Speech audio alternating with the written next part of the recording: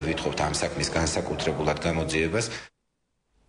საქართველოს კულტურისა და ძეგლთა დაცვის სამინისტროს ინიციატივით ეროვნული ლატარიასთან დაკავშირებით სამინისტროში მრგვალი მაგიდა გაიმართა.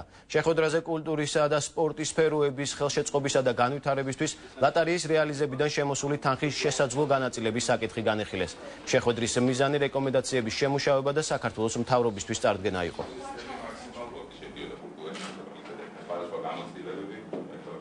კულტურის სამინისტრო და სპორტისა და ახალგაზრდობის სამინისტრო წარდგება მთავრობაზე ინიციატივით, რომ შეიქმნას უწყებათა შორისი კომისია და კომისია შეისწავლის არსებულ მდგომარეობას და წარდგება რეკომენდაციებით მთავრობაზე. სიგარეტი, ალკოგოლი, თამაში, რაც თავად ინდივიდზე და საერთოდ საზოგადოებაზე უარყოფით გავლენას ახდენს, აქედან შემოსული თანხები გამოიყენება ისევ მთლიანი საზოგადოების განვითარებას.